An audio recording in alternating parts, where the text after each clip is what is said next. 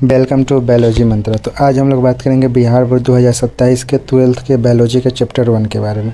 तो चैप्टर 1 का जो भी है इंपॉर्टेंट क्वेश्चन है उसकी हम लोग बात करेंगे। तो चैप्टर 1 का जो क्वेश्चन है, जिसका फर्स्ट क्वेश्चन है, निम्नलिखित में से कौन सा जनन अलैंगिक जनन का उदाहरण है? तो अमीबा में द्विखंडन। सेकेंड है, मनुष्य में निषेचन की प्रक्रिया कहाँ संपन्न होती है? अंडवाहिनी में। निम्नलिखित में से कौन सा युग्मक नर जनन अंग द्वारा निर्मित होता है? शुक्राणु। निम्नलिखित में से कौन सी विधि वानस्पतिक प्रबंधन की प्राकृतिक विधि है? उत्तक संवर्धन। निम्नलिखित में से कौन सा जीव मुकुलन द्वारा जनन करता है? ईस्ट। लैंगिक जनन में आवश्यक प्रक्रिया कौन सी है? युग्मक का संलयन। अमीबा में जनन किस विधि के द्वारा होता है? द्विखंडन के द्वारा। ईस्ट की जनन विधि है मुकुलन। स्पाइरोगैरा में अलैंगिक जनन किस प्रकार होता है? विखंडन। म्यूकर में जनन किसके द्वारा होता है? बीजाणु जनन। वानस्पतिक प्रवर्धन का उदाहरण कौन सा है? आलू। अदरक में वानस्पतिक प्रवर्धन किसके द्वारा होते हैं? प्रकांड के द्वारा।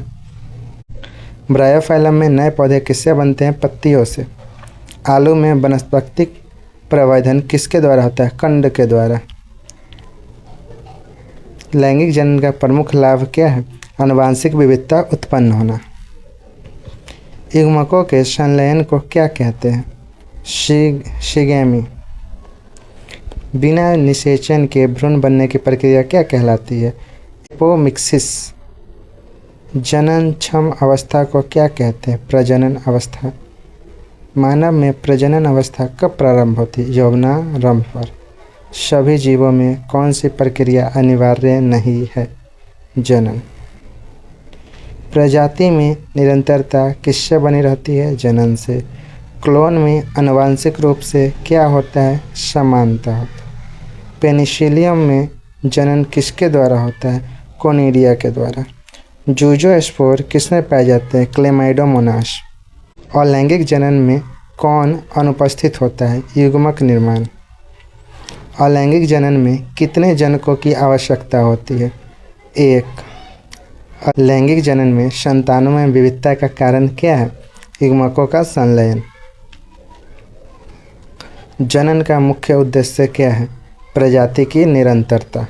निम्नलिखित में से कौन अलैंगिक जनन के उदाहरण हैं? मुकुलन। जीवों में जनन अध्याय का मुख्य विषय क्या है? प्रजनन प्रक्रिया।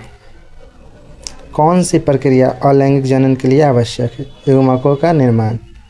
नीचे दिए गए में से किसमें बाह्य निषेचन होता है? मेंढक में।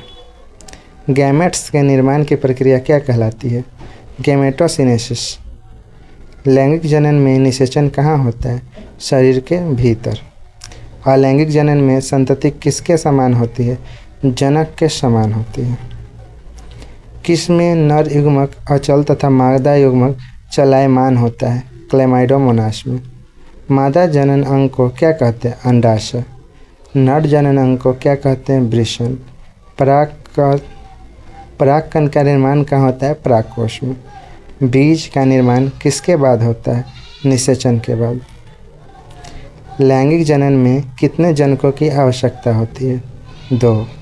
निषेचन की प्रक्रिया में क्या होता है? युग्मकों का संलयन। निम्नलिखित में से कौन लैंगिक जनन का उदाहरण है? मानव में जनन। गैमेटोजेनेसिस क्या है? युग्मक निर्माण। जनन का मुख्य महत्व क्या है? प्रजाति की निरंतरता। पादपों में परागकण किस प्रक्रिया को कहते हैं? परागकण का वर्तिकाग्र पर पहुंचना। निषेचन के बाद अंडाशय क्या बनाता है? फल। बीज का निर्माण किसके निषेचन के बाद होता है? अंडाणु और शुक्राणु का। निम्नलिखित में से कौन सा अलैंगिक जनन का उदाहरण है? पौधों में कटिंग द्वारा जनन। अलैंगिक जनन में संतानें कैसी होती है? समान। आज के लिए इतना ही, मिलते हैं नेक्स्ट चैप्टर में। आज के लिए इतना ही, मिलते हैं नेक्स्ट चैप्टर में। Thank you.